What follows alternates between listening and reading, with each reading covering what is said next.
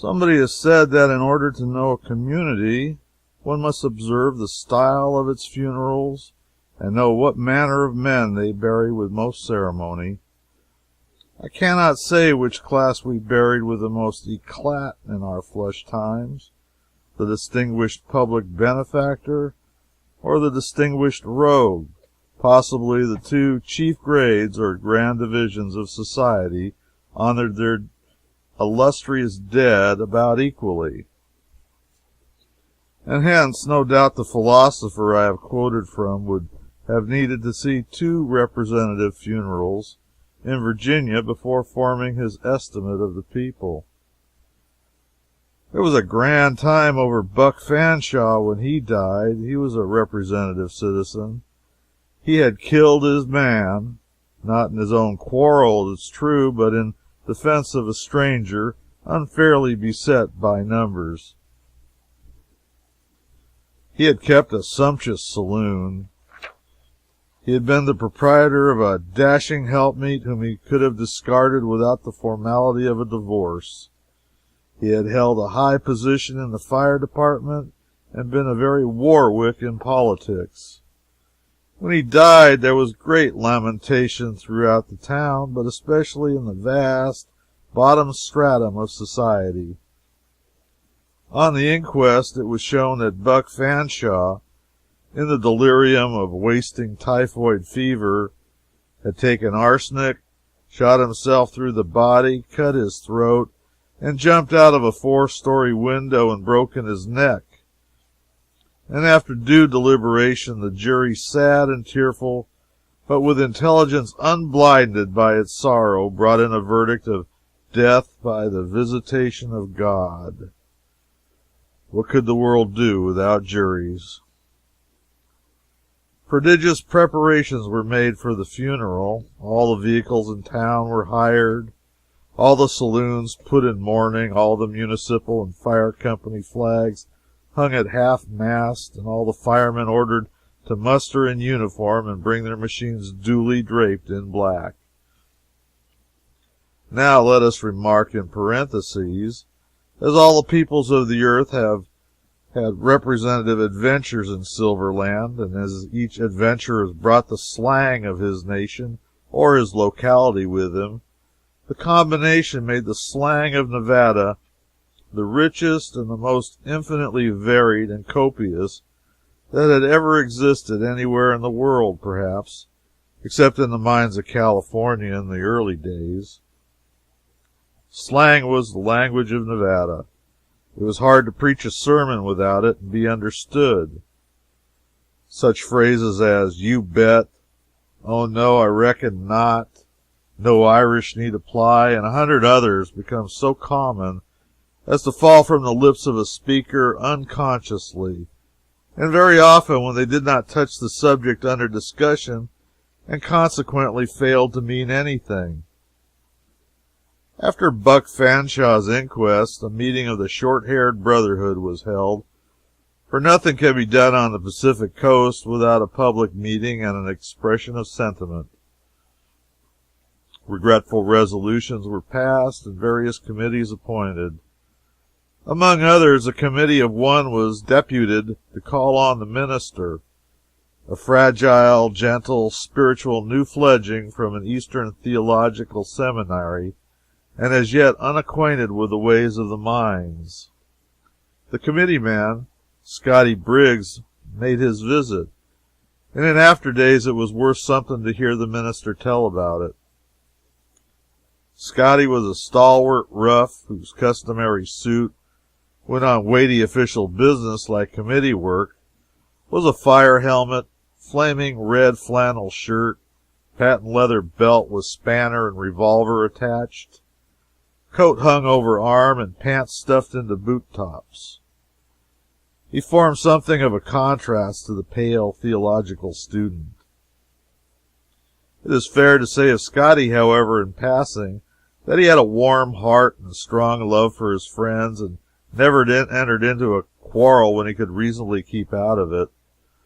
Indeed, it was commonly said that whenever one of Scotty's fights was investigated, it always turned out that it had originally been no affair of his, but that out of native good-heartedness he had dropped in of his own accord to help the man who was getting the worst of it. He and Buck Fanshaw were bosom friends for years, and had often taken pot luck together. On one occasion they had thrown off their coats and taken the weaker side in a fight among strangers, and after gaining a hard-earned victory, turned and found that the men they were helping had deserted early, and not only that, but had stolen their coats and made off with them. But to return to Scotty's visit to the minister. He was on a sorrowful mission now, and his face was the picture of woe. Being admitted to the presence, he sat down before the clergyman, placed his fire hat on an unfinished manuscript sermon under the minister's nose, took from it a red silk handkerchief, wiped his brow, and heaved a sigh of dismal impressiveness, explanatory of his business. He choked, even shed tears, but with an effort he mastered his voice and said in lugubrious tones, "Are you the duck that runs the gospel mill next door?" "Am I the, pardon me, I believe I do not understand." With another sigh and a half-sob, Scotty rejoined, "Why, you see, we are in a bit of trouble, and the boys thought maybe you could give us a lift if we'd tackle you, that is. If I got rights of it, and you're the head clerk of the doxology works next door." "I am the shepherd in charge of the flock whose fold is next door." "The which?" "The spiritual adviser of the little company of believers whose sanctuary adjoins these premises." Scotty scratched his head, reflected a moment, and then said, "You rather hold over me, pard. I reckon I can't call that hand. Ante and pass the buck." How? I beg pardon? What did I understand you to say?" "Well, you rather got the bulge on me, or maybe we both got the bulge somehow. You don't smoke me, and I don't smoke you. You see, one of the boys has passed in his check, so we want to give him a good send-off. So the thing I'm on now is to roust out somebody to jerk a little chin music for us and waltz him through handsome." "My friend, I seem to grow more and more bewildered. Your observations are wholly incomprehensible to me. Cannot you simplify them in some way? At first I thought perhaps I understand you, but I grope now. Would it not expedite matters if you restricted yourself to categorical statements of fact unencumbered with obstructing accumulations of metaphor and allegory?" Another pause and more reflection, and Scotty said, "I'll have to pass, I judge." "How?" "Well, you raised me out, pard." I still fail to catch your meaning." "Why, that last lead of yourn is too many for me, that's the idea. I can't neither trump nor follow suit." The clergyman sank back in his chair, perplexed. Scotty leaned his head on his hand and gave himself up to thought. Presently his face came up sorrowful and confident. "I've got it now, so's you can't savvy," he said. "What we want is a gospel sharp, see?" "A what?" "Gospel sharp, parson." "Oh, why did not you say so before? I am a clergyman, a parson." "Now you talk. You see my blind and straddle it like a man. Put it there," extending a brawny paw which closed over the minister's small hand and gave it a shake indicative of fraternal sympathy and fervent gratitude. "Now we're all right, pard. Let's start fresh. Don't you mind my snuffling a little, because we're in a power of trouble. You see, one of the boys has gone up the flume." "Gone where?" "Up the flume. Throwed up the sponge, you understand." "Thrown up the sponge?" "Yes, kicked the bucket." "Ah, has departed to that mysterious country from whose bourne no traveler returns." "Return? I reckon not. Why, pard, he's dead." "Yes, I understand." "Oh, you do? Well, I thought maybe you might be tangled some more." "Yes, you see, he's dead again." "Again? Why, has he ever been dead before?" "Dead before? No." "You reckon a man's got as many lives as a cat?" "Bet you bet He's awful dead now, poor old boy. I wish I'd never seen this day. I don't want no better friend than Buck Fanshaw. I knowed him by the back, and I knowed him a man like him. I freeze to him, and you hear me? Take him all around, pard. There never was a bullier man in the mines. No man ever knowed Buck Fanshaw to go back on a friend. But it's all up, you know, it's all up. It ain't no use. They've scooped him. Scooped him? Yeah, death has. Well, well, well, we've got to give him up. Yes, indeed. It's kind of a hard world after all, ain't it? But, pard, he was a wrestler. You ought to seen him get started once. He was a bully boy with a glass eye. Just spit in his face and give him room according to his strength. And it was just beautiful to see him peel and go in. He was the worst son of a thief that ever drawed breath. Pard, he was on it. He was on it bigger than an Injun. On it? On what? On the shoot, on the shoulder, on the fight, you understand? He didn't give a continental for anybody. Beg your pardon, friend, for coming so near a cuss word, but you see, I'm an awful strain in this palaver on account of having to cramp down and draw everything in so mild. But we've got to give him up. There ain't any getting around that, I don't reckon. Now, if you can help plan him, preach the funeral discourse, assist at the obsequies is good. Yeah, that's it. That's our little game. We're going to have to get this thing up regardless, you know. He was always nifty himself, so you bet his funeral ain't going to be no slouch. Solid silver door plate on his coffin, 6 plumes on the hearse, and a nigger in the box in a boiled shirt and a plug hat. How's that for high? And we'll take care of you, pard. We'll fix you all right. There'll be a carriage for you. And whatever you want, you just scape out and I'll tend to it. We got the shebang fixed up for you to stand behind in number one's house, and don't you be afraid.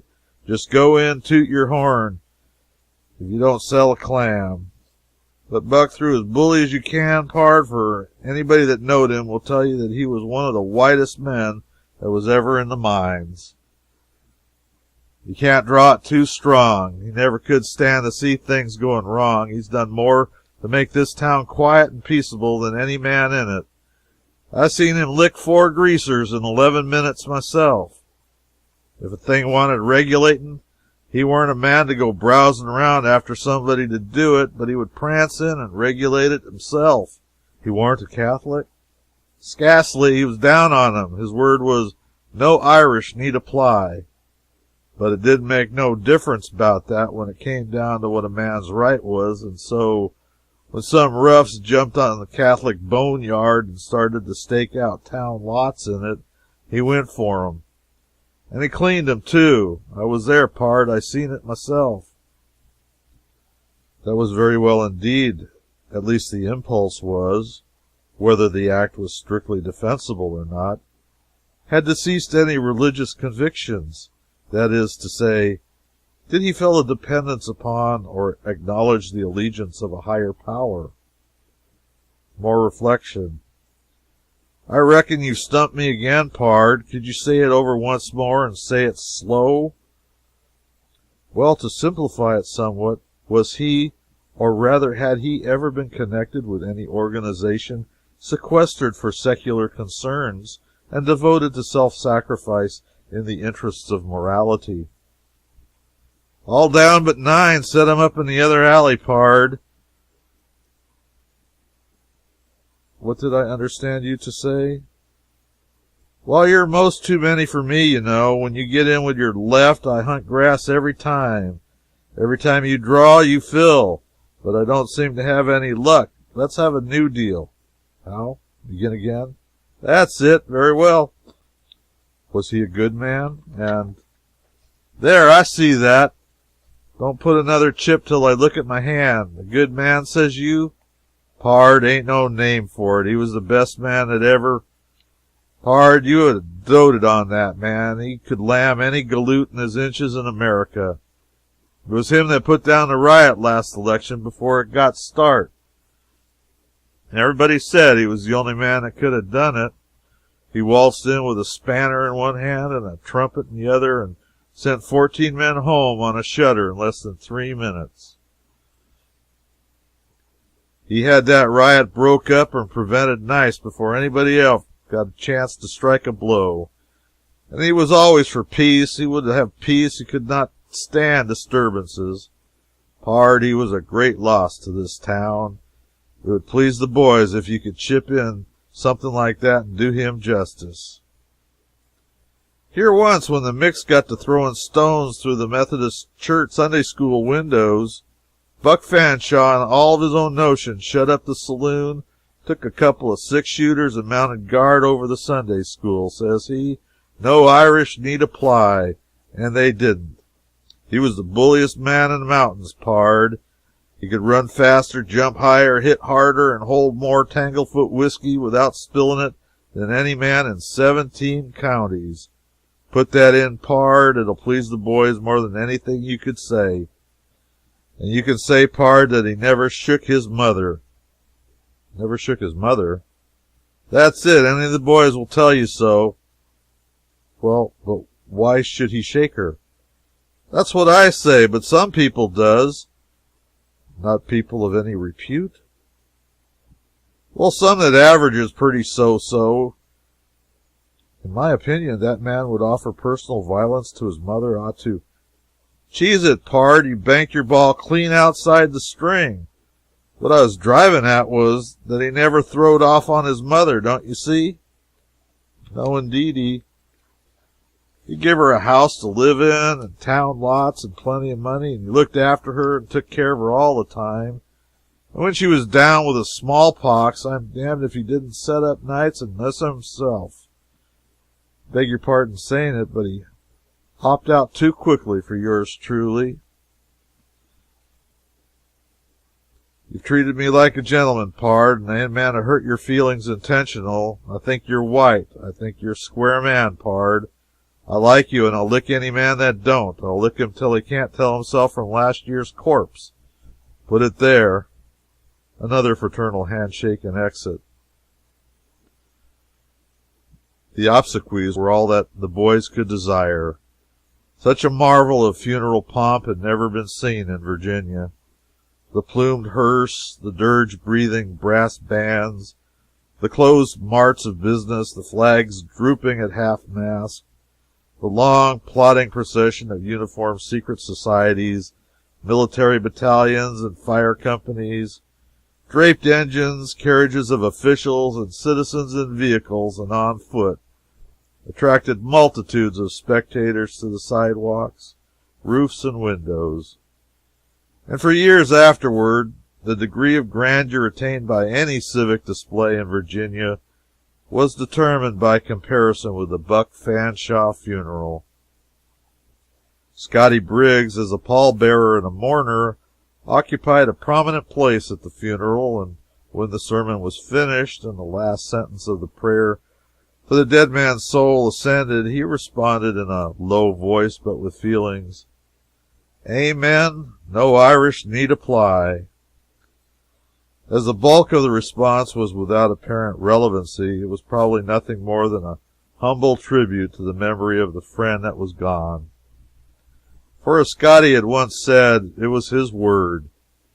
Scotty Briggs in after days achieved the distinction of becoming the only convert to religion that was ever gathered from the Virginia roughs. It transpired that the man who had it in him to espouse the quarrel of the weak out of inborn nobility of spirit was no mean timber whereof to construct a Christian. The making him one did not warp his generosity or diminish his courage. On the contrary, it gave intelligent direction to the one and a broader field to the other. If his Sunday school class progressed faster than the other classes, was it matter for wonder?